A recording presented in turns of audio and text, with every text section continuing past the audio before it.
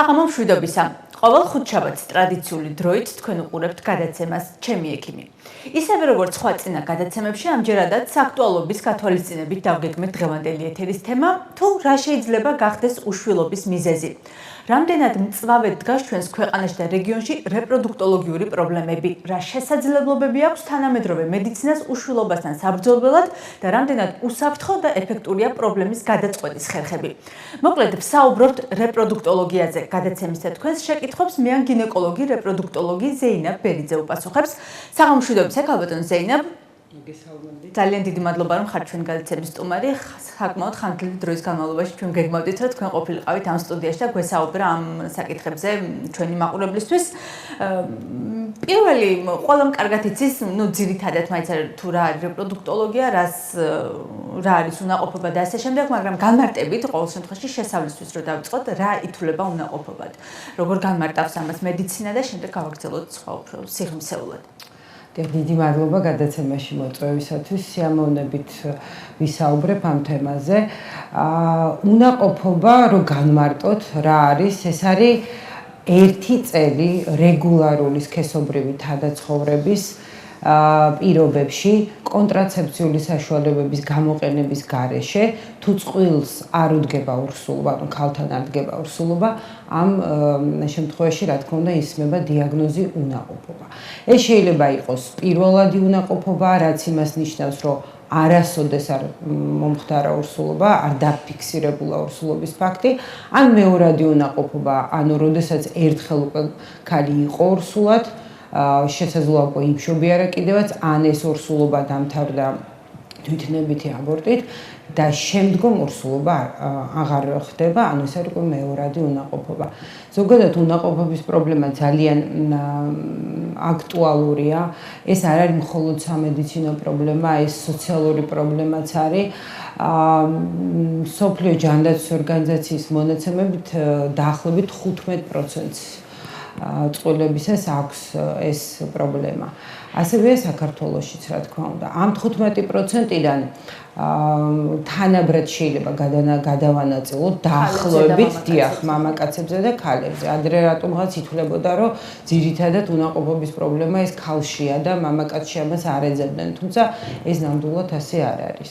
აი, ასაკობრივი ზღვარი და რამდენად გაახალგაზრდავებულია, თუ არსებობს ესეთი მსგავსი სტატისტიკა, ან უნაყოფობა უშვილობა? იცით რა, აი უნაყოფობის პრობლემასთან დაკავშირებით ასაკს რა თქმა უნდა აქვს გადამწყვეტი მნიშვნელობა. პირველ რიგში ქალის ასაკს, იმიტომ რომ რეპროდუქციული ასაკი, რაც არის დაახლოებით 20 წლიდან 40 წლამდე, 45 წლამდე, ისიც კი შეიძლება ჩვენ დავყოთ, ესე ვთქვათ, აქტიური რეპროდუქციული ასაკი ქალისთვის. ეს არის დაახლოებით 35 წლამდე. 35-დან 40 წლამდე, რა თქმა უნდა, შესაძლებლობა კლებულობს, თუმცა რა თქმა უნდა არსებობს და 40 წლის მერე ეს მონაცემები განსაკუთრებულად ქვეითდება.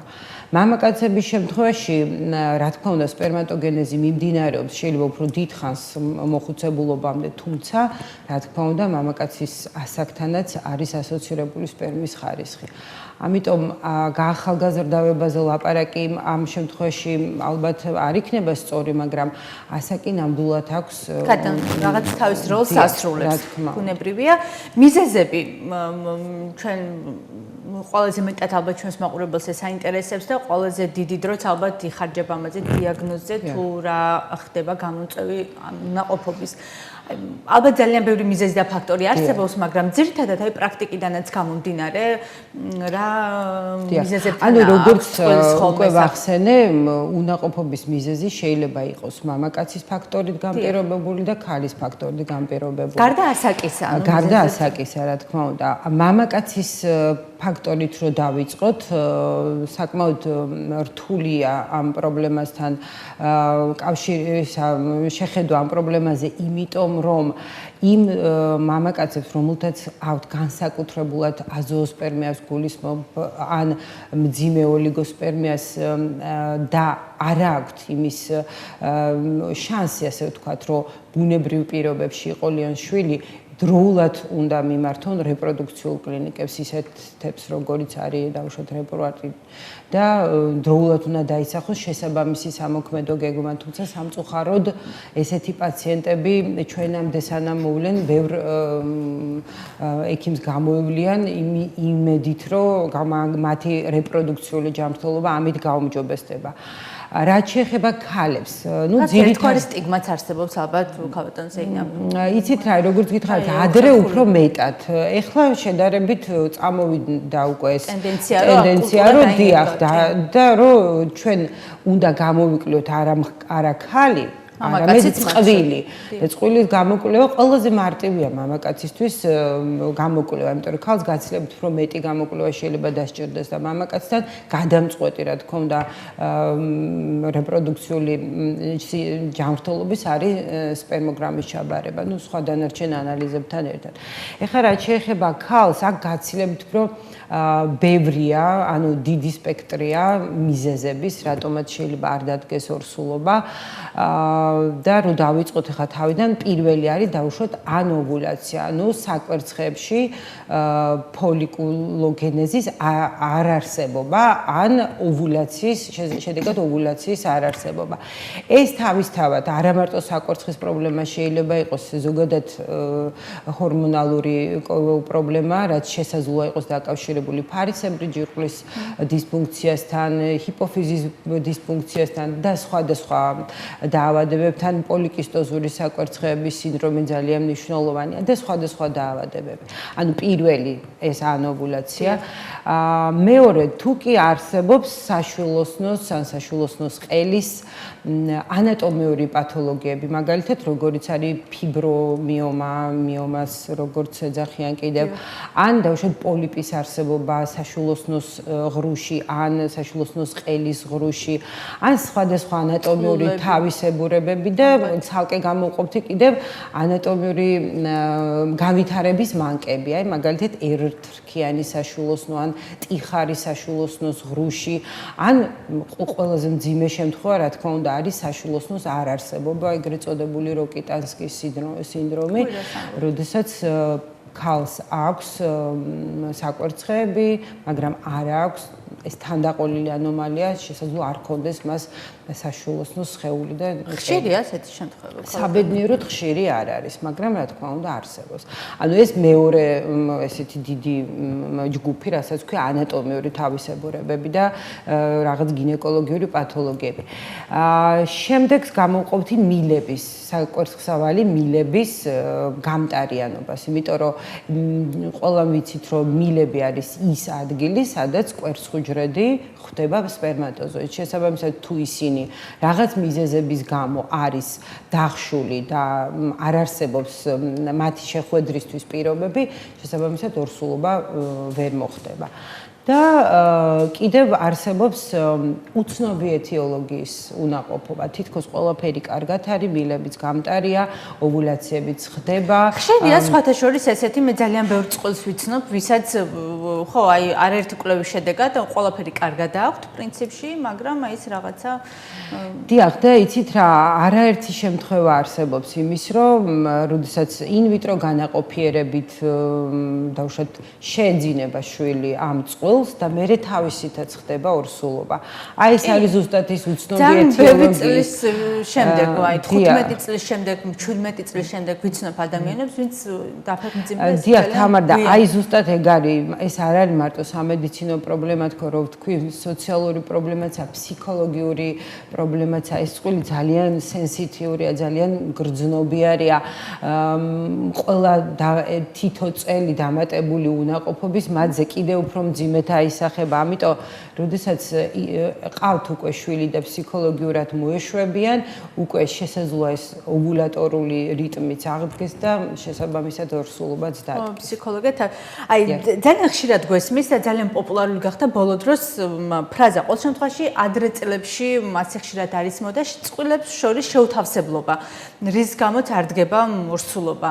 რას ნიშნავს ხო აი ეს შეუთავსებლობა? ეს არის დღევანდელ დღეს სპერმატოზოიდული შეუთავსებლობა იგულისხმება, სისხლის ჯგუფია ერთი და იგივე თუ ანუ არა, სისხლის ჯგუფი აქ არაფერ შუაშია და აქ იგულისხმება ანტისხეულების არსებობა, ანტისპერმალური ანტისხეულების არსებობა, თუმცა მინდა გითხრათ, რომ დღევანდელი მონაცემებით ეს მიზეზი ფაქტიურად არ არის, იმიტომ რომ არაერთ წყვილს ანტისპერმალური ანტისხეულებით დაუდგა ორსულობა.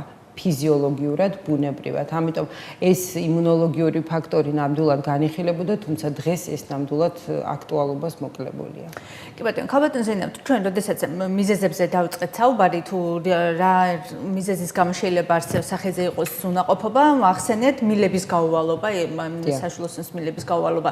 რამდენად შესაძლებელია ამ ფუნქციის აღდგენა და ყოველთვის ექვემდებარება თუ არა იგი განკურნებას, იმიტომ რომ საკმაოდ ხანგრძლივი პროცესი ჭირდება, ხო, იმას რომ რაღაცა ფუნქცია დაიბრუნოს ამ სისტემამ და ამდენად ხშირია ეს წარმატებულად დასრულებული. გეტყვით თამარ, ესე იგი მილების გაუვალობა, ანუ გამტარიანობის არარსებობა, როგორც წესი არის ან გადატანილი რაღაც ინფექციის შედეგი, განსაკუთრებით მილების გამტარიანობის შეზღუდვას იწვევს ქლამიდიური ინფექცია და გონორეა. თუმცა შესაძლოა იყოს ასევე ენდომეტრიოზის, გარეგანი ენდომეტრიოზის გამო. ანუ ეს შეხორცებითი პროცესი ზოგადად მცირე მეჯის ღრუშია და ის გარედან, ანუ მილების გარედან, ესე ვთქვათ, წარმოიქმნება შეხორცებები, რაც ასე თუ ისე ზეწოლას ახდენს ამ მილებზე და ისინი ხდება გაუმტარი. ასეთ შემთხვევაში, როდესაც არის გარეგანი ენდომეტრიოზი, შესაძლოა ლაპარასკოპიული მიდგომით მილების შეხორცებითი პროცესის ჩათიშვა და მილების გამტარიანობა შესაძლოა აღდგეს განსაკუთრებით ეს ამპულარულ ნაწილზე მაქვს ლაპარაკი, როდესაც დახშულია ის შესაძლოა ნამდვილად შესაძლებელია, თუმცა რაც შეეხება იმ ნაწილს, რომელიც მილებისას, რომელიც საშუალოსნოსში შედის, ის იმდენად წვრილია, რომ მისი გამტარიანობის აღდგენა ფაქტიურად არის შეუძლებელი. ანუ ეფექტურობა იმ ოპერაციებისას, რასაც ზოგიერთ კლინიკაში მიმართავენ, სამწუხაროდ არ არის იმდენად ეფექტური, ძალიან დაბალი პროცენტით შეიძლება მიიღონ შედეგი. ამიტომ როდესაც მილისმიერი უნაყოფობა, აქ როგორც წესი, ძირითადად აქცენტი კეთდება იმაზე, რომ ნაყოფი, უნაყოფო წყვილი გადადის ინვიტრო განაყოფიერების პროგრამაში. აი მამაკაცს თუ შეიძლება ქონდეს იგივე პრობლემა, აი გაუვალობა, ვთქვათ. რა თქმა უნდა, მამაკაცების შემთხვევაში, აი აზოოსპერმიის შემთხვევაში, ანუ აზოოსპერმია რა არის, როდესაც სპერმასთან ერთად არ გამოიყოფიან სპერმატოზოიდები, არ არსებობა მათი იაკულეთში. ამ შემთხვევაში ეს შეიძლება იყოს ობსტრუქციული, ანუ ობსტრუქცია ნიშნავს დახშობას, ანუ ის მილები, რომლებიც სათესლე პარკიდან გამოიყუტანენ, ასე ვთქვათ, სპერმატოზოიდებს დახშულია, ისევ და ისევ დავუშვათ რაღაც ინფექციების შედეგად. ესეც შეიძლება იყოს შეძენილი ან თანდაყოლილი მამაკაცებში ობსტრუქციული აზოოსპერმია, როგორც წესი, კი, ნამდვილად შეძენილია, ან გადატანილი ინფექციის შედეგად ვითარდება, თუმცა აზოოსპერმია შეიძლება იყოს არაობსტრუქციური, ანუ მილები კი არ იყოს ამ შემთხვევაში დახშული, არამედ თვითონ სპერმატოგენეზე იყოს დათრგუნული, ანუ არ მიმდინარეობდეს სათესლე ჯირკვლებში სპერმატოზოიდების გამომუშავება და ამის ძალიან ბევრი შეიძლება იყოს მიზეზი. მილები ამ შემთხვევაში არაფერ შუაში არ არის. ვირუსები ძალიან ხშირად ამაზეც საუბრობენ ადამიანები, ვისაც აქვს ეს პრობლემა, ან ქონდა, ან ზოგადად ადამიანები, რომ ძალიან ცუდ და ნეგატიურ გავლენას ტოვებს რეპროდუქტოლოგიაზე ესა თუ ის ვირუსები, რამდენად არიან ესენი კავშირში აი ამ უშვილობასთან და ამ საკითხთან ზოგადად. იცით როგორ არის, ვირუსები იგულისხმება ტორჩ ინფექციები. ანუ ეს არის ინფექციები, რომლებიც მოქმედებენ, რა თქმა უნდა, რეპროდუქციულ ჯანმრთელობაზე, თუმცა თუ უნაყოფობის კუთხით შევხედავთ, ჩვენ ძირითადად ამ ტორჩ ინფექციებიდან, ანუ ტორჩები არის ტოქსოპლაზმოზი, ციტომეგალოვირუსი, ჰერპესი, ქლამიდია და წითურა.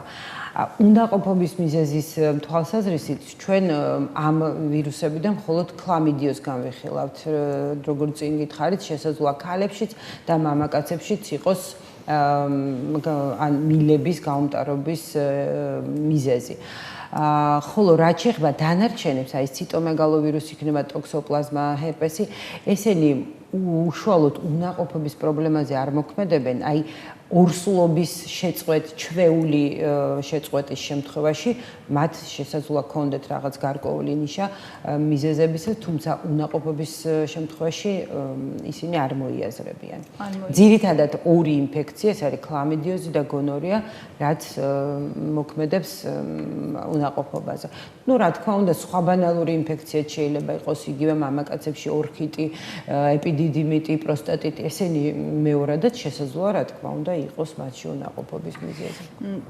მილების გამტარიანობაზე, როდესაც საუბრობდა, ვამბობთ, რომ აი არ აქვს ეს ფუნქცია, ან შეუძლებელია მისი აღდგენა იმდენად, თქვა, მდებარეობის მიხედვით რაღაც ცუდ მონაკვეთშია, ხო, როდესაც საუბრობთ ხელოვნურ განაყოფიერებაზე, ან ხელოვნური გზით როდესაც ხდება მოკლედ განაყოფიერება, ამ დროს თუ არის შესაძლებელი, თქვა ეს, რომ აი ეს ფუნქცია მილმა იტვირთოს და აი რაღაცა გარეგანი დახმარებით მოხდეს დაურსულება ინვიტრო განაყოფიერების შემთხვევაში ჩვენ საშუალოსნოს მილები, კვერცხსავალი მილები საერთოდ აღარ გვჭირდება. ანუ ჩვენ ვიღებთ ქალისგან კვერცხუჯრედებს, მამაკაცისგან სპერმატოზოიდებს და ინვიტრო, ანუ ორგანიზმის გარეთ ვანაყოფიერებთ მათ და უკვე შექმნილი ემბრიონი გადაგვაქვს საშუალოსნოს ღრუში. შესაბამისად, მილები საშუალოსნოს ღრუში ეს მილი არ არის საჭირო, ანუ ამ მილის დახმარებით არ ხდება სხვა დამოუკიდებლობა. მილები არის ის ადგილი, სადაც კვერცხუჯრედი და სპერმატოზოიდი ერთმანეთს შეხვდებიან, რაც ინვიტრო განაყოფიერების შემთხვევაში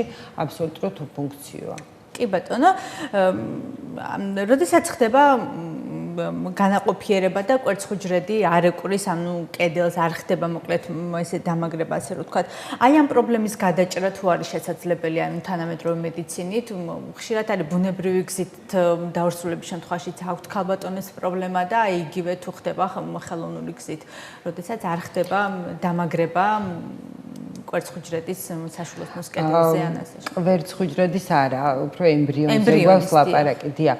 იცით როგორ არის ფიზიოლოგიურად თუ ხდება ეს ორსულობა შედგა და არ მიემაგრა ემბრიონი, ან ინვიტრო განაყოფიერების შემთხვევაშიც თუ გადავიტანეთ ემბრიონი არ მიემაგრა, ამას რა თქმა უნდა შესაძლოა მიზეზებიც კონდეს, განსაკუთრებით სპონტანურად მომხდარი ორსულობის დროს, ეს ბევრი ფაქტორია არის, ენდოკრინული ფაქტორები არის, არსებობს ანტიფოსფოლიპიდური სინდრომი და ასე შემდეგ, მაგრამ როგორც ინვიტრო განაყოფიერების შემთხვევაში აღმოჩნდა, როდესაც ემბრიონი გადადის და ორსულობა არ ხდება, აი ბოლო მონაცემებით დაინერგა ემბრიონის გენეტიკური გამოკვლევა და იმენაჩვენა, რომ თურმე ის ემბრიონი, რომელიც ვიზუალურად კარგია და კარგი ხარისხისაა, შესაძლოა მას ჰქონდეს გენეტიკური მასალა არც ისე კარგი, ესე ვთქვათ, შეიცავდეს იყოს გარკვეული სინდრომების გენეტიკური თუ ქრომოსომული პათოლოგიების მტარებელი და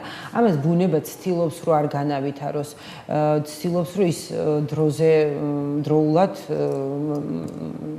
ჩამოიშალოს, ესე ვთქვათ, დიახ. კი ბატონო, ქალბატონ ზეინა, ალბათ ჩვენს მაყურებელს ყველაზე მეტად აინტერესებს მკურნალობა, თანამედროვე მედიცინის შესაძლებლობები, დიაგნოსტირება, მაგრამ აი გამომწვევ მიზეზებს მინდა პირველ ბლოკში რომ გავცეთ მაქსიმალურად პასუხი და მერე დარჩენილ რომ მთლიანად ამ დიაგნოსტირებას და თანამედროვე საშუალებებს დავუთმოთ. ამიტომ ბარემ აქვე კითხავთ, ძალიან ხშირად გვესმის ჰორმონალური დარღვევები, რაც აი დისბალანსი ჰორმონალური, რაც ასევე არის პრინციპში კიდევაც მიზეზებთან შორის გამომწვევი უშვილობის. ხდება თუ არა გამკლავება აი ამ ჰორმონალურ დისბალანსს შორის რაღაც მკურნალობით და შემდგომ მიიღწევა თუ არა ფეხმძიმობა გვამდენად ამ კუთხით განვითარებულია დღეს მედიცინა. დიახ, რა თქმა უნდა შესაძლებელია გააჩნია რადონის პრობლემასთან გვაქვს საქმე. და რა თქმა უნდა, ანუ გათხოვებამდე აქვს გოგონას ეს ჰორმონალური დარღვევები და არც კი იცის ამის შესახებ, იმიტომ რომ ცოტა გვიჭერს, ანუ გასათხოვ გოგოს გინეკოლოგთან არ ესაქმება ხო რაღაცა ეს მენტალური პრობლემებიც გვაქვს ქვეყანაში და აქედან გამომდინარე ალბათ უფრო მწვავეთა პრობლემები. კი, რა თქმა უნდა, თუმცა ეს პრობლემები ახლა შეიძლება მოზარდობიდან იჩინოს თავი, აი დაუშვათ არარეგულარული მენსტრუაციები, გათმიანება, აკნე, რასაც ვეძახით, გაცხიმოვნება, ან მენსტრუაციის საერთოდ არარსებობა. ამ შემთხვევაში მე არ მეგულება დედა, რომელიც შულს არ მიიყვანს ექიმთან. კი მართალია ჩვენი რეგიონის თავისებურებებით შეიძლება გაითვალისწინო, მაგრამ ეხლა ამ ბოლო დროს მაინც როგორც წესი კი მოდიან და ბავშვები მოყავთ და ამ პრობლემის მოგვარება შესაძლებელია ნამდვილად.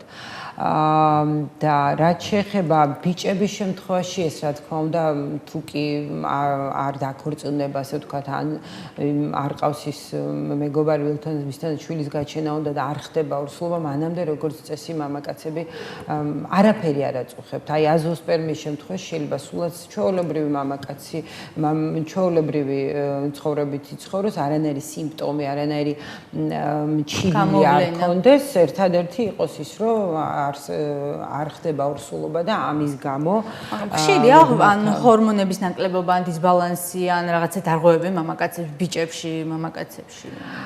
იცით რა, საბედნიეროდ იმდენად ხშირი არ არის, თუმცა არც ისე ცოტაა, რომ ეს არ იყოს გათვალისწინებული და განსაკუთრებით ეს პაციენტები მიმართავენ უროლოგებს, ანდროლოგებს, ანდროლოგები ჩვენს რეგიონში ცოტანი არიან, მაგრამ მიმართავენ და სათანადო ყურადღება ასე თუ ისე ექცევა რა თქმა უნდა, თუმცა განსაკუთრებულად მინდა ვთქვა, აი ბიჭები, რომელთაც ახალგაზრდა ბიჭები, რომელთაც აქვთ დაუცველი სქესობრივი კონტაქტები, მაინც უნდა იყვნენ ფრთხილად, უნდა გამოიყენონ ჩასახვის საწინააღმდეგო საშუალებები, რომელიც არა მარტო ჩასახვის საწინააღმდეგო საშუალება, არამედ სქესობრივი გზით გადამდები ინფექციების პრევენციაცაა, რადგან არ მოხდეს ამ ინფექციებით დაინფიცირება და როგორც შემდგომ შედეგი არ მივიღოთ უნაყოფი. ქავატოზენება იმ მაყურებელი დაინტერესდა, რომელიც სტუდიაში ვერ ჩაგვერთო, სოკოვანი დაავადებები რამდენად შეიძლება იყოს ან არ იყოს მიზეზი უნაყოფობის, ინტერესდება აქვს ესეთი შეკითხვა, თუ აქვს რაიმე კავშირი რეპროდუქტოლოგიასთან გარკვეულ სოკოვან პათოლოგიებს? იცით რა, სოკოვანი ინფექცია რა თქმა უნდა არსებობს და ის უნდა იყოს განკურნებული, თუმცა ესე რომ ცალსახად მხოლოდ სოკოვან ინფექციას დაბრალდეს უნაყოფობა, ეს ნაკლებად შესაძლებელია. ეს უნდა იყოს მაშინ ძალიან ისეთი გენერალიზებული ფორმა, უკვე რომელსაც არა მარტო ადგილობრივი საშუალებები, არამედ რაღაც უფრო სისტემური მედიკამენტების ჩართვა ჭირდება. თუმცა რა თქმა უნდა, ეს არასასიამოვნო ინფექცია და განკურნება მისი აუცილებელია ნამდვილად. პათოლოგიები რომლის დროსაც შესაძლოა ვერც ხელოვნური განაყოფიერებით იყოს შესაძლებელი დაორსულების მიღწევა. არსებობს თუ რაღაც უკუჩვენებები, რაღაცა ფაქტორები, რის გამოც ზუსტად იცით სპეციალისტებმა, რომ ვერ გამოიღებს ვერც ინვიტრო განაყოფიერება შედეგს თუ არსებობს ეს მსგავსი რაღაცა შემთხვევები მედიცინაში. ინვიტრო განაყოფიერება ძალიან ბევრ წყვილს აძლევს, მისცა და იმედი აწიც მისცემს შანს, რომ იყოლიოს შვილი იმ შემთხვევაშიც კი, როდესაც თითქოს ეს შეუძლებელია. რა თქმა უნდა, როგორც ვთქვი, ქალის ასაკი ძალიან მნიშვნელოვანია, თუმცა ინვიტრო განაყოფიერების საშუალებით, გარკვეული დონაციის პროგრამების საშუალებით შესაძლებელია, რომ მივიღოთ ორსულობა ასაკოვან ქალთანაც კი. ამიტომ რომ ეს ძალიან დიდი მიღწევა ზოგადად მსოფლიოს, რომ ინვიტრო განაყოფიერების სხვადასხვა პროგრამით ჩიქოთ ეს ბედნიერება, რასაც დედობა ქვია. თუმცა რა თქმა უნდა, არც იქ არის 100%-იანი შედეგები, არის გარკვეული მიზეზები, რომლის დროსაც ჩვენ ვცდილობთ ყველაფერი თითქოს გვინდა გავაკეთოთ ერთნაირად ყველა წყვილთან, მაგრამ რაღაც გამონაკლის და აი ამის დასტური არის ზუსტად ის, რომ როდესაც ჩატარდა პრეიმპლანტაციური გენეტიკური სკრინინგი, ანუ ემბრიონის გენეტიკის გამოკვლევა, აღმოჩნდა, რომ ყველა ემბრიონი ორგანიზმი არ არის გენეტიკურად სწორად დაპროგრამებული, ასე ვთქვათ, ბჭყალებში და ამიტომ უკვე ძალიან ფართოდ გამოიყენება პრეიმპლანტაციური გენეტიკური სკრინინგი და გადაგვაქვს მხოლოდ ის ემბრიონები საშუალო ზღურში, რომელიც ვიცით, რომ ჯანსაღია და კარგია. კი ბატონო, დიაგნოსტირებაზე რო გადავიდეთ და მოკლედ როგორ ხდება უშვილობის მიზეზების დადგენა, რა კვლევები არის საჭირო ამისთვის, რამდენად ხანგრძლივია პროცედურები? ნუ მამაკაცისთვის ეს გაცილებით მოკლე პერიოდში შეიძლება და უფრო ნაკლები გამოკვლევა არის ჩასატარებელი, პირველ რიგში რა თქმა უნდა სპერმოგრამა და იმ შემთხვევაში თუ სპერმაში არის გარკვეული ცვლილებები, შემდგომ მივმართავთ უკვე გამოკვლევებს, იქნება ეს გენეტიკური გამოკვლევა, იქნება ეს ენდოკრინოლოგიური გამოკვლევა. გენეტიკას ძალიან დიდი მნიშვნელობა აქვს, განსაკუთრებით აზოოსპერმით პრობლემის მქონე მამაკაცებში, იმიტომ რომ აღმოჩნდა, რომ არსებობს სინდრომები კლაინფელტერის მაგალითად, სადაც Z-X ქრომოსომაა და სამწუხაროდ ამ შემთხვევაში შვილოსნობა, ანუ აზოოსპერმია სახეზე და შვილოსნობა შეუძლებელია. და ენდოკრინული დარღვევებიც, რა თქმა უნდა, ძალიან გასათვალისწინებელია, მნიშვნელოვანია და ესეთი მამაკაცები ანდროლოგების მკურნალობის ქვეშ არიან. თუმცა ცალსახად მინდა ვთქვა და ყველა მაყურებელს განსაკუთრებით მივაწვდენო ეს ხმა, რომ აზოოსპერმიის შემთხვევაში თუ კი დაისვა ეს დიაგნოზი, ეს რაოდენ ისეთი ცუდი გასაგონი და მწარე და ძალიან სტრესული დიაგნოზია, ვურჩევ მამაკაცებს, რომ პირდაპირ მიმართონ ინვიტრო განაყოფიერების კლინიკებს, იმიტომ რომ სამწუხაროდ ეს ის პრობლემა, რომელიც ვერ გვარდება. სამწუხაროდ ეს ის პრობლემა, სპერმატოზოიდი არის ჯანმრთელი, უბრალოდ ვერ ხდება ბუნებრივი გზით. ან ის ვერ გამოიყოფა, ანუ ობსტრუქცია, ან ის არ გამომუშავდება.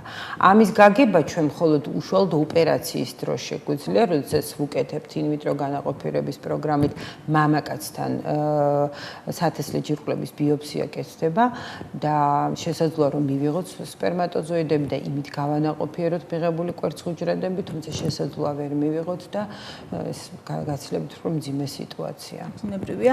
ანუ როგორ ხდება იმის დადგენა, ანუ განაყოფიერების პრობლემა არის თუ თქვათ ამის კვერცხუჯრედის მიმაგრების საშუალოსნოზე აქაც ხო რაღაცა სხვადასხვა იცით რა, ფიზიოლოგიურად, სპონტანურად თუ ვგულისხმობთ ამას,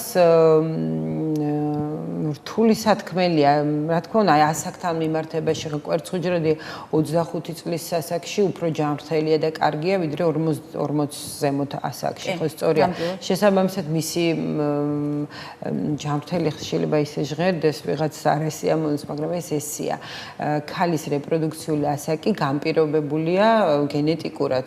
ჩვენ ვიბადებით გარკვეული რაოდენობის კვერცხუჯრედებით და ეს მარაგი ამოწურვადია და 45 წლის ასაკისთვის ზოგადად საერთოდ იწურება. ამიტომ ხარისხიც კლებულობს, ოვულაციების რაოდენობაც წელიწადში კლებულობს, თუ 25 წლის ასაკში შეიძლება წელიწადში 12-ვე ციკლი იყოს, 13-ვე ციკლი იყოს ოვულატორული, 45 წლის ასაკში შეიძლება იყოს 1 წელიწადში და ისიც ოვულაცია კი მოხდეს, მაგრამ კვერცხუჯრედის ხარისხი იყოს ცუდი.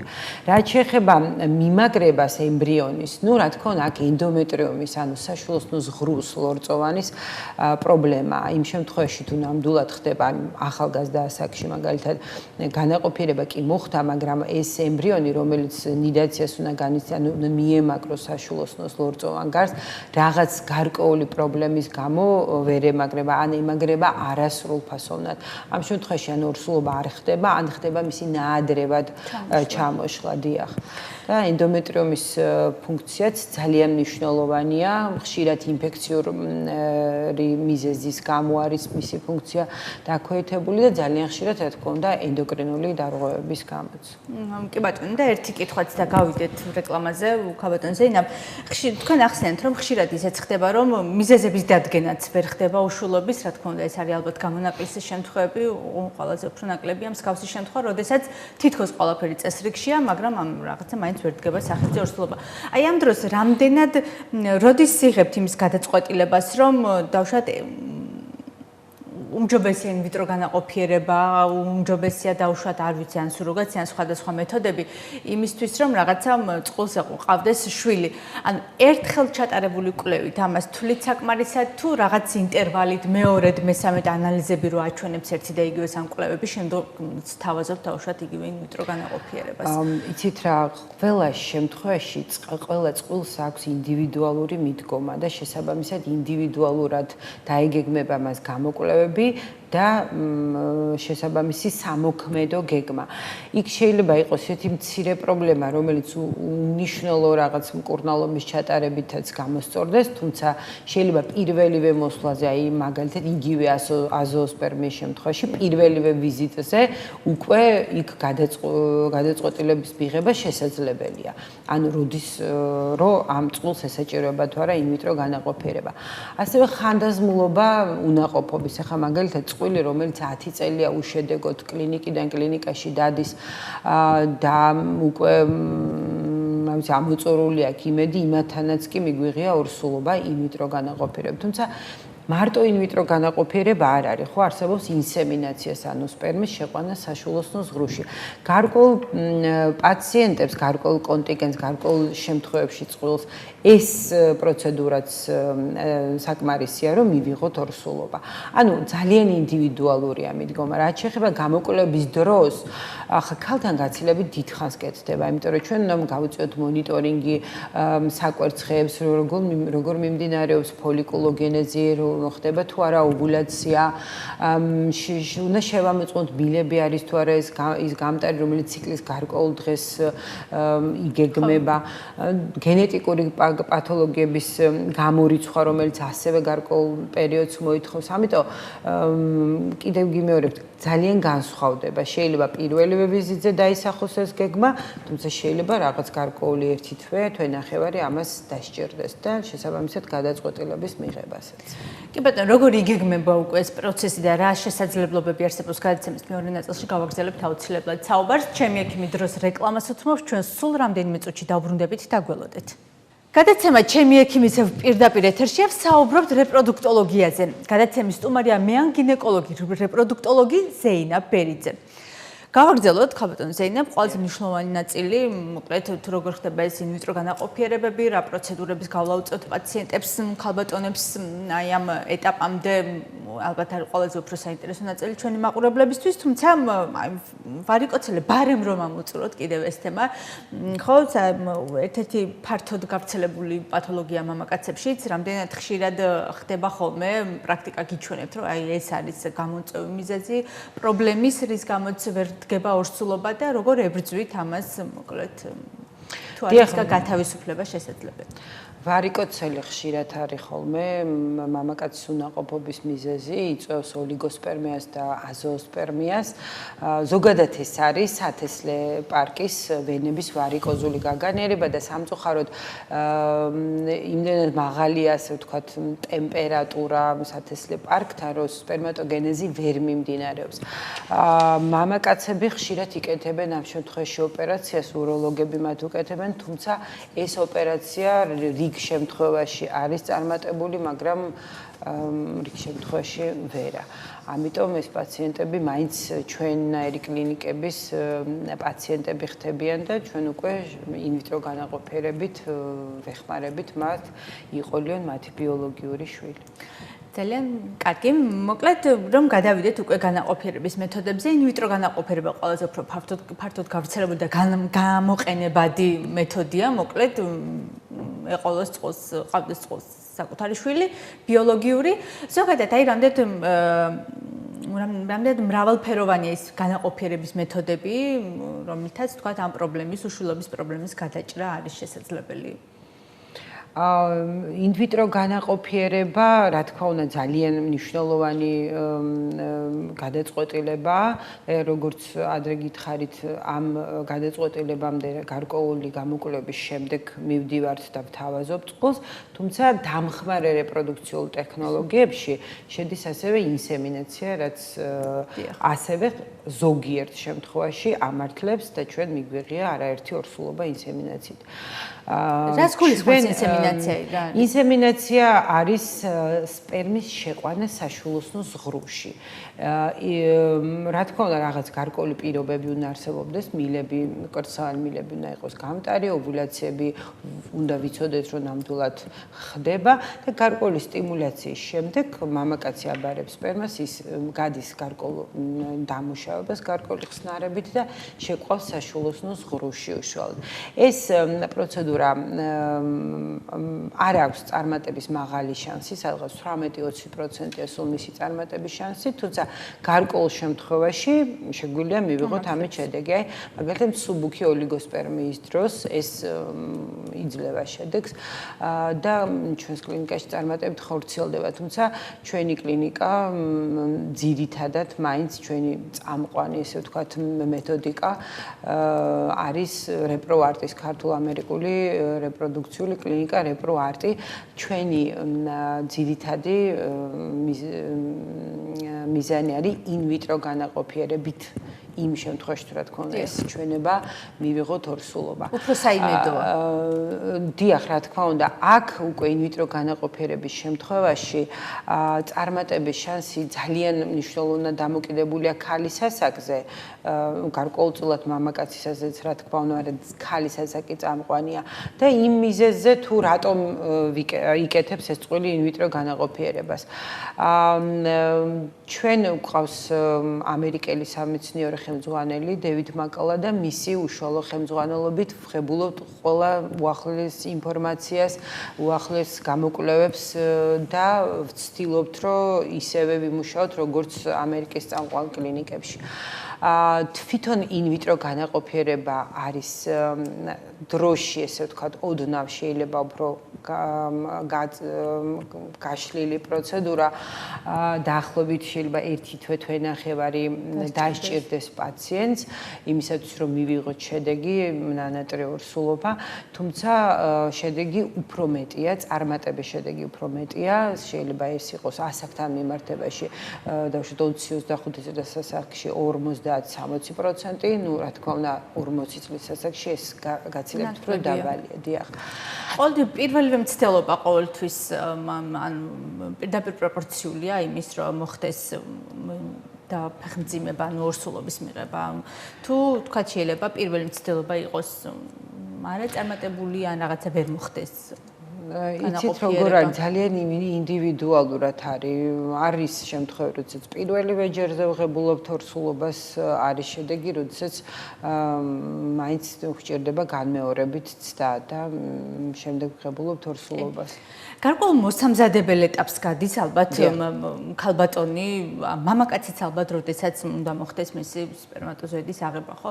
რამდენად ხანგრძლივია ეს და როდის უკვე თვლით მზად წყვილს იმისთვის, რომ მოხდეს მათი განაყოფიერება ან შეერთება? ანუ როდესაც უკვე გადაწყვეტილება მიღებულია, რომ ამ კონკრეტულ წყვილთან უნდა ჩავატაროთ ინვიტრო განაყოფიერება, გარკვეული გამოკვლევები ჩატარების შემდეგ იწყება უკვე მკურნალობის კურსი, რაც მოიცავს დაახლოებით 2 კვირის 10-14 დღის განმავლობაში გარკვეული მედიკამენტებით ქალის ორივე შემთხვევაში მამაკაცის ფაქტორით განპირობებულია ეს თუ ქალის ძირითადი დატვირთვა, ესე ვთქვათ, მედიკამენტოზური მოდის ქალებზე, ჩვენ მათ ვუკეთებთ სტიმულაციას გარკვეული მედიკამენტების შეყვანით და უკვე მაშინ, როდესაც საკვერცხებში მომზადდება, გაიზრდება ფოლიკულები გარკვეულ სიდიდემდე, ჩვენ უკვე ვუტარებთ მათ ინტრავენური ანესთეზიის ქვეშ ფოლიკულების ასპირაციას, ანუ ამ ფოლიკულური სითხის გამოღებას. შემდეგ ეს პროცედურა, ამ პროცედურაში ერთვებიან ემბრიოლოგები, რომლებიც მიღებულ კვერცხუჯრედებს ანაყოფიერებენ მეუღლის სპერმით.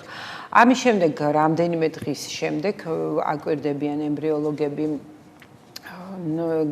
განაყოფიერებული კვერცხუჯრედის, ანუ უკვე ემბრიონის განვითარების სტადიებს და ეტაპებს და მაშინ, როდესაც უკვე ჩაითვლება საჭიროდ, ემბრიონი გადაგვაქვს ქალის საშვილოსნოში, საშვილოსნოს ზღვრში და ველოდებით ორსულობის დადგომას. და ხშირად ხდება ისე, რომ არა ერთი, არამედ რამდენიმე ცოცხალი ემბრიონი ხდება საშვილოსნოში, ხშირად ტყუპების მშობლები ხდებიან. ეს არის თავდაცვის მიზნით დავუშვათ, რომ შესაძლოა დაიღუპოს ორსულობის პერიოდში რომელიმე ემბრიონი, თუ ეს არის მიზანმიმართულად თუ აბსოლუტურად შემთხვევის წყალობით რაც ესე. იცით რა არის რეპროარტის ძირითადი მიმართულება ამ კუთხით არის ის, რომ ჩვენ გადაგვაქვს ან ერთი ან ორი ემბრიონი. იმიტომ რომ ვთვლით, რომ მრავალნაყოფიანი ორსულობა არის გართულება. იმიტომ რომ ორი ტყუპი კი ბატონო კარგია, მაგრამ 3 და 4 ტყუპის შემთხვევაში ჩვენ ქალს ვაყენებთ დიდი საფრთხის და რისკის წინაშე და რა თქმა უნდა ეს ნაყოფებიც სამწუხაროდ ვერ მიდიან დროულ ორსულობამდე, ნაადრევად იბადებიან და აქედან გამომდინარე მათ ექმნებათ საკმაოდ სერიოზული ჯანმრთელობის პრობლემები, რაც გაყვებათ შესაძლოა მთელი ცხოვრება. ამიტომ ჩვენი კლინიკის გაიდლაინებით, ესე ვთქვათ, გადაგვაქვს მხოლოდ ერთი ან ორი ემბრიონი.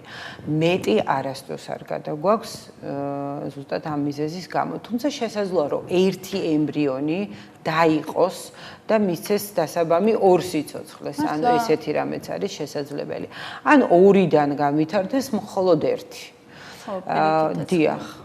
ასე რომ მრავალნაყოფიანი ორსულობის თავიდან აცილების მიზნით ერთის და ორის მეტი ჩვენ არასდროს არ გადაგვაქვს. რა საინტერესოა, რომ ერთი ემბრიონისგან წარმოიქმნა ძალიან საინტერესო პროცესია და ყველაზე მთავარი საზრუნავი ალბათ დაფეხმძიმების შემდეგ თუ განაყოფიერების შემდეგ არის ამ ნაყოფის შენარჩუნება, რომ მაქსიმალურად გახანგრძლივდეს, ხო, მივიდეს ბოლომდე 40 კვირამდე და ასე შემდეგ. არის თუ არა განსაკუთრებული მეთვალყურეობა საჭირო საიმისოდ, რომ წარმატებული იყოს ფეხმძიმობა და ანუ ფიზიოლოგიურად და მიღებული ორსულობის განსხვავებით რაღაცა განსაკუთრებული მეთვალყურეობა საჭიროებენ თუ არა. რა თქმა უნდა, პირველ ეტაპზე, პირველ ტრიმესტრში მათ განსაკუთრებული მხარდაჭერა ჭირდებათ მედიკამენტოზ ორს გულისხმობ, იმიტომ რომ ეს სპონტანური ორსულობისგან განსხვავებით მაინც ინვიტრო განაყოფიერებით მიღებულია, მეტად სათუდად და ფრთხილად ვეკიდებით და აი ეს ძირითადი მედიკამენტები მოდის პირველ ტრიმესტრზე და შემდეგ უკვე რა თქმა უნდა განსაკუთრებული ყურადღებით, მაგრამ იმართებიან ჩვეულებრივ როგორც სპონტანურად მიღებული ორსულობის დროს და შემდეგ უკვე მშობიარობის დაგეგმვაც როგორც წესი მაინც ხდება საკეისრო კვეთის გზით, იმიტომ რომ მაინც სათუთად მიღებული ეს ორსულობა როგორც წესი აქ ემატება ის რომ ან ტყუპი ნაყოფია, ან უნაყოფობის ხანგრძლივობა ძალიან დიდია უკვე და აქედან გამომდინარე იზღოთ თავს დიახ, ეს სამედიცინო ჩვენებებში არის, საკეისრო კვეთის სამედიცინო ჩვენებებში არის ინვიტრო განაყოფიერებით მიღებულ ორსულს, თუმცა არიან ქალები, რომელსაც სურთ ფიზიოლოგიურად ვაგინალური მშობიარობით დამთავრდეს ეს, მაგრამ როგორც წესი საკეისრო კვეთის ჩატარებას უფრო დაზღვეულია ამ გზით. კი ბატონო, არსებობს განაყოფიერება დონორის კვერცხუჯრედით. რა შემთხვევაში ურჩევთ პაციენტებს, როდესაც დავუშვათ მხოლოდ იმ შემთხვევაში, როცა მამაკაცი არის უნაყოფო ამ შემთხვევაში თუ აქვს სხვა მიზეზებიც? დონორის კვერცხუჯრედის გამოყენება ძირითადად ხდება მაშინ, როდესაც საკვერცხეებში, ქალის საკვერცხეებში უკვე მარაგი არის ამოწურული. ანუ როგორც უკვე ვთქვი, ჩვენ ქალები ვიბადებით გარკვეული მარაგით, რომელიც ამოწურვადია. ვიღაცას აი ეს ნაადრევი კლიმაქსი, ესე ვთქვათ, ხო, ნაადრევი განლევა ემართება 30-35 წლის ასაკში და მაშინ საჭიროებს უკვე დონორის კვერცხუჯრედის გამოყენებას. თუმცა ძირითადად ეს არის 40 წელზე მეტი ასაკის პაციენტები, ვისაც აქვთ მწირი ოვარიალური რეზერვი, ანუ მწირი ფოლიკულური აპარატი, გარკვეული გამოკვლევების ჩატარების შემდეგ, რა თქმა უნდა, ჩვენ განვიხილავთ ამ პროგრამას, ანუ დონორის კვერცხუჯრედის გამოყენების პროგრამას. მამაკაცი არ შეიძლება იყოს დონორი, ანუ მეორე მხარე. მამაკაცის დონაციის პროგრამაც, რა თქმა უნდა, არსებობს სპერმის დონაციის პროგრამაც, თუმცა სხვადასხვა, ანუ კვერცხუჯრედის დონაცია სხვა თემაა და მამაკაცის დონაცია, რა თქმა უნდა, კი, აზოოსპერმის შემთხვევაში ჩვენ ამ საკითხს, რა თქმა უნდა, განვიხილავთ. რა გართულებებით ხასიათდება ზოგადად ხელოვნური განაყოფიერება? რა ძირითადი პრობლემები იჩენს თავს, რაზეც გიწევთ შემდგომ ბრძოლა რეპროდუქტოლოგებს, აი ქალბატონთან, რომელიც არის თქვენი პაციენტი? დიახ, იცით რა, აი როგორც თქვი, მრავალნაყოფიანი ორსულობის მიღება ნამდვილად სერიოზულ გართულებად მიიჩნევა. ასევე გართულება არის საკვერცხების ჰიპერსტიმულაციის სინდრომი, ანუ მედიკამენტებით, რომლითაც ჩვენ ვასტიმულირებთ ქალებს, რომ მივიღოთ ფოლიკულები და ბევრი ფოლიკული და შესაბამისად ბევრი კვერცხუჯრედი, შესაძლოა მოგცეს საკვერცხემ ისეთი რეაქცია, რომ ჩამოყალიბდეს ეს სინდრომი საკმაოდ რთულია, ის არის სინდრომი, რომელიც მოითხოვს სტაციონარულ მკურნალობას და ჩვენ ვცდილობთ, რომ ეს ავიცილოთ თავიდან საკვერცხების ჰიპერსტიმულაციის სინდრომი გარკვეული ანალიზების, გარკვეული გამოკვლევების ჩატარების შედეგად ველოდოთ თუ არა ამ სინდრომის განვითარებას, ამის პრედიქციაც შესაძლებელია. კი ბატონო, და ასევე არანაკლებ პოპულარული თემა მთელ მსოფლიოში და მათ შორის საქართველოში სუროგაცია. ეს არის ალბათ უკიდურესი ფორმა, როდესაც ქალბატონი ან წყვილი იღებს გადაწყვეტილებას, რომ აიყვანონ სუროგატი დედა. ესეც ალბათ გარკვეულ სირთულეებთან არის დაკავშირებული და უფრო ალბათ იურიდიული მხარე არსებობს, თუ დიახ, იცით რა, მე არ დავარქმევდი ამას უკიდურეს ზომას, იმიტომ რომ როგორც ეხან ვახსენე, არსებობს პათოლოგიები, როდესაც საშულოსნოს არარსებობა არის ქალის შემთხვევაში. ან დავუშვათ რაღაც მიზეზის გამო ოპერაციულად ეს საშულოსნო ამოღებულია. ამ შემთხვევაში შვილის ყოლის ერთადერთი შანსი არის სუროგატი დედის საშულოსნოში ემბრიონის გადატანა. და ეს სუროგაცია შეიძლება სულაც ახალგაზრდა გოგოს დასჭირდეს და სულ არ არის აუცილებელი, რომ ეს ასაკოვანმა პაციენტმა და წყვილმა აერჩიოს. და რა თქმა უნდა, სუროგაცია საკმაოდ სათუთი თემაა, რთული თემაა. ძალიან ისეთი განხილვის საკითხი არის ხოლმე, თუმცა ეს მეთოდი ძალიან ფართოდ არის დანერგილი მთელს მსოფლიოში, ამერიკაშიც, ევროპაშიც და საქართველოშიც უკვე საკმაოდ არის და ამ მეთოდის გამოყენებით არაერთი წყვილი ეზიარა დედობის სიხარულს, ასე რომ გარკვეულ შემთხვევაში ჩვენ გვიწევს სუროგაციის პროგრამის გამოყენება. ხოლო რაც შეეხება იურიდიულ საკითხს, რაც თქვენ ახსენეთ, დიახ, ნამდვილად ეს კონტრაქტი დგება ხოლმე სუროგაციის შემთხვევაში და დღევანდელ დღეს უკვე აჭარაშიც ჩვენი ესე ვთქვათ იურისტები დოკუმენტებს ისე რომ ინფორმირებულნი არიან და ამ კონტრაქტის შედგენით იცავენ როგორც პაციენტს, ანუ უშუალო წყვილს, ასევე სუროგატი დედის პოლიტიკაც არის ალბათ დიახ, შემდგომში, კი ბატონო, აი ხელმისაწვდომობაზე მინდა გითხოთ, რაც უფრო ხელმისაწვდომი ხდება წლიდან წლამდე, თქვათ სხვადასხვა სამედიცინო შესაძლებელი ხელოვნური განაყოფიერებები, ინვიტრო თუ ინსემინაცია და ასე შემდეგ. თანდათან მე ჩემს სუბიექტური აზრია, ყოველ შემთხვევაში არ ვარ კომპეტენტური, რომ უფრო ფინანსურადაც ხელმისაწვდომი ხდება გარკვეული სერვისები და მაინც მოკლედ ამდენად ხომ არ არსებობს თან სახელმწიფო რაიმე პროგრამები, რითაც ეხმარებიან ფინანსურად თუნდაც ამ კუთხით იგივე ხელოვნურ განაყოფიერებით მსურველებს და ასე შემდეგ. იცით როგორ არის ევროპაში და ამერიკაში რამდენიმე ციკლი ფინანსდება ინვიტრო განაყოფიერების, ზოგი სახელმწიფოს მიერ, ზოგი სადაზღვევო კომპანიების მიერ. სამწუხაროდ ჯერჯერობით საქართველოში არაფერი არ ფინანსდება, თუმცა რაღაც გარკვეული ნაბიჯები ამ მხრივ შესაძლოა უკვე გადადგმულია და მაგრამ ეს საჭიროებს დროს და კეთილნებას როგორც სახელმწიფო ასევე სადაზღვევო კომპანიების და ვფიქრობ, რომ ამით მომავალში ვიტოვებთ ამის იმედს, რომ რაღაცით დაეხმარებიან გაცილებით მეტი ადამიანი გამოჩნდება მსურველი, მე ვფიქრობ. დიახ, რა თქმა უნდა, იმიტომ რომ ეს არ არის სამწუხაროდ იაფი პროცედურა, ეს გარკვეულ მედიკამენტებთან არის დაკავშირებული, რაც საკმაოდ ძვირია.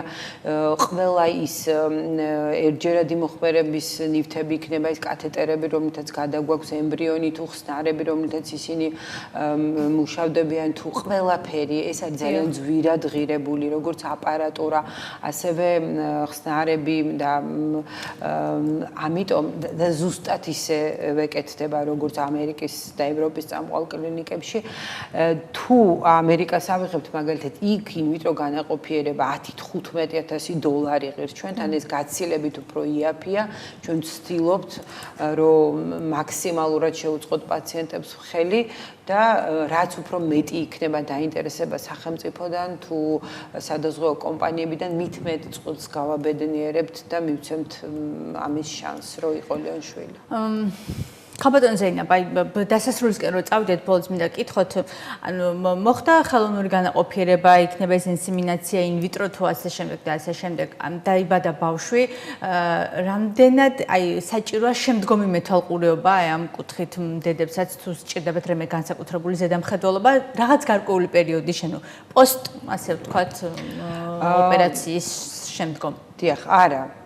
არანაირი განსხვავება არ არის ფიზიოლოგიურად ჩასახული ბავშვისგან და ინვიტრო განაყოფიერებით ჩასახული ბავშვისგან. ისინი ისეთივე ბავშვები არიან, როგორც ყველა დანარჩენი და მეცაც გეტყვით რაღაც გარკვეული კვლევების შედეგად აღმოჩნდა, რომ გაცილებით უფრო კარგები არიან, არ ვიცი, უფრო მეტად მშობლისგან სხვანაირი დამოკიდებულება და ზრუნვის გამოართურება. თითქოს მუსირებს აზრი, რომ უფრო იმუნიტეტი უფრო დაბალი აქვთ ეს ხელოვნურ გზითგან ნამდვილად სინამდვილეს არ შეესაბამება ის დიახ ნამდვილად ძალიან კარგი და მოკლედ არც დავშვათ ხალბატონებს არ ჭირდებათ განსაკუთრებული პროგრამა ან როდესაც შემდგომ აღარ დავშვათ დაიბადა ხელოვნური განაყოფიერებით ერთი ბავშვი და დედას სურს მეორე შვილის აყვანა, თუ არის შესაძლებელი მომდევნოთაც ხელოვნური განაყოფიერების გზით შვილის გაჩენა? არ არის ამ დროს შეზღუდული? არა, რა თქმა უნდა, არ არის შეზღუდული. მას შეუძლია იყოლიოს იმდენი შვილი, რამდენიც მას სურს და რამდენიც მისი ჯანმრთელობიდან გამომდინარე შესაძლებელია.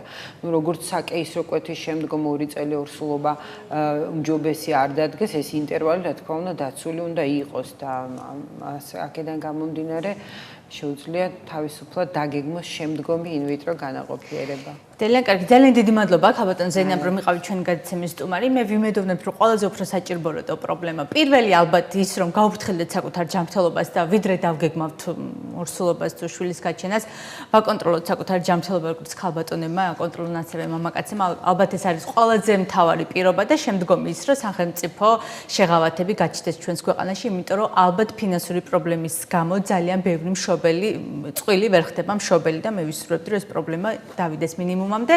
წარმატებებს გისურვებთ თქვენს კლინიკას, ასევე თქვენს პაციენტებს.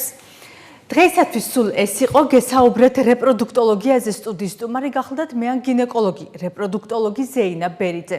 სტუმართან ერთად ბოლო 1 საათის განმავლობაში პირდაპირ ეთერში თქვენთვის მე თამარ კიკნაძე ვმუშაობდი უფრო საინტერესო თემებით. ჩვენ უკვე მომდევნო ხუთშაბათს ზუსტად საღამოს 10:30-ზე შევხვდებით ერთმანეთს. ნახვამდის.